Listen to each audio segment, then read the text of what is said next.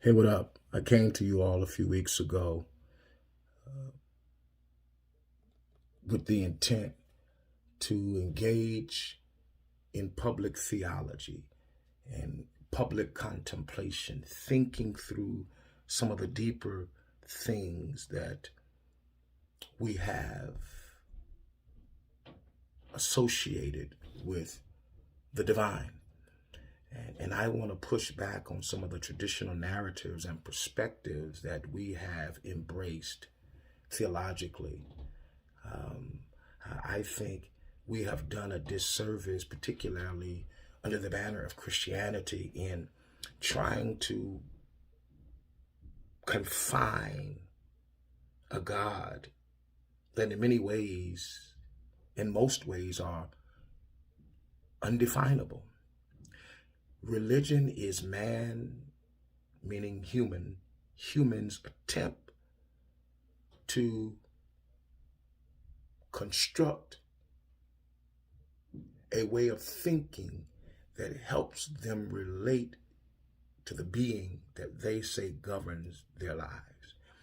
Religion is a way to help provide an understanding and a narrative for us to be able to relate to this being that we believe holds life in balance. And if we believe that there is such a being that cannot be confined, that cannot be fully understood or described, then how in the world are we so confident in what is and what is not? Western theology is so afraid of mystery. It is so afraid of the unexplained, the uninterpretable aspects of this being that it approaches it from a very linear, a very narrow minded, myopic, scientific approach because it has to be able to explain everything.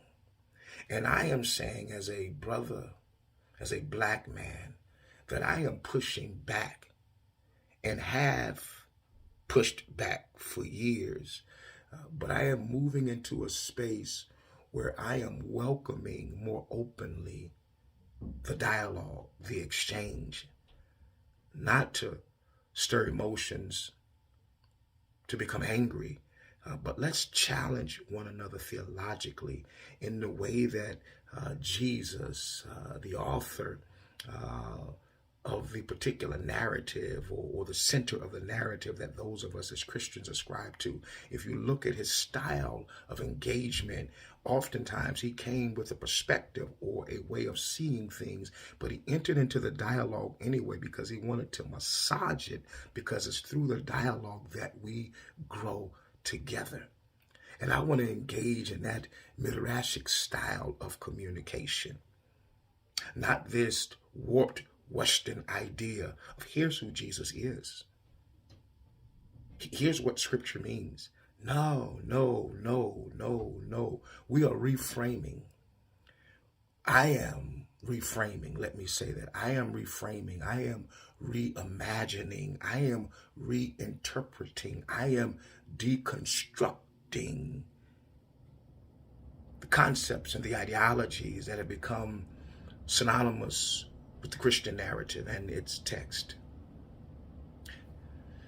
I am interested in the fullness of Jesus's humanity, not just the fullness of Jesus's divinity. Because if I am hanging out with the fullness of Jesus's divinity, there are lessons that I miss in my humanity. And if I am hanging out with the fullness of Jesus's divinity, then I am attempting to connect with something that is unattainable. But if you ascribe to the narrative that he is fully both, that there's a duality in his nature of divinity and humanity, then what lessons do we glean from his humanity? And how do we see the flaws, the foibles, and the shortcomings in his humanity? How do we see the emotions, the raw emotions that exist in all of us? Let's not explain away his anger and frustration at the religious system and its relationship with the political and social structure of that day as he turned over the tables. Let's not explain away his frustration and his focus on his group of people. And when the Syrophoenician woman or the Canaanite woman, depending on the text you're reading, came to him to ask to have her daughter healed, he rejected her, ignored her, and eventually called her a name. And after being challenged by the woman, embraced that in humility and blessed her. Let's not try to explain that away because we have Jesus on this particular kind of pedestal,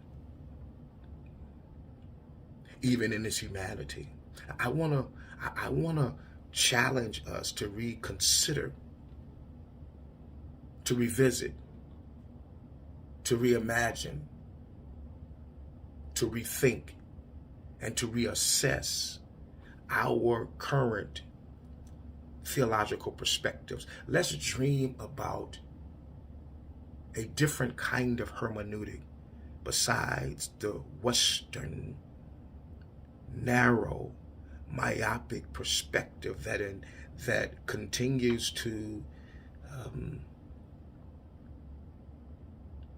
hold power, position, and prestige, that continues to suppress and to subjugate, that continues to identify with the empire and not the peasants and the oppressed and the working class of the empire. Let's revisit this movement called Christianity in its origins, and let's visit, or let's take a deep look at its transition as it became embraced by the empire.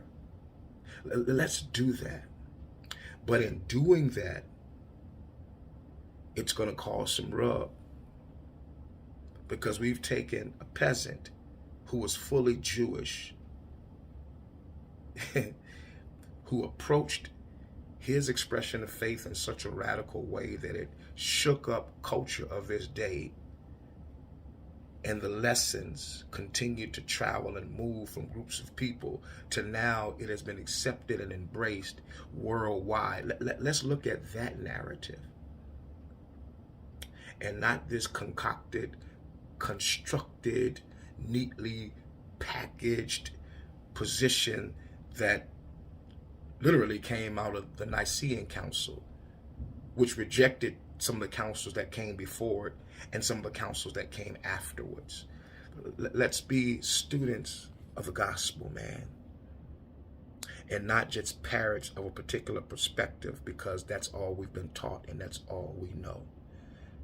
I don't approach these conversations attempting to bring answers, but I am approaching this conversation, these public contemplations, this dialogue, this discourse about the divine in ways that challenge us to look more deeply at what it is that we say we believe and why. Let's grow closer together. Let's deepen our understanding of the mysterious, of the unexplainable, of the uninterpretable, in ways that make us better. Not beings preparing for a place that we have no evidence of, but that will make us beings here on this physical plane while we're on this earthly journey. I look forward to spending some time with you as we engage more in what I call a twisted theology. Peace.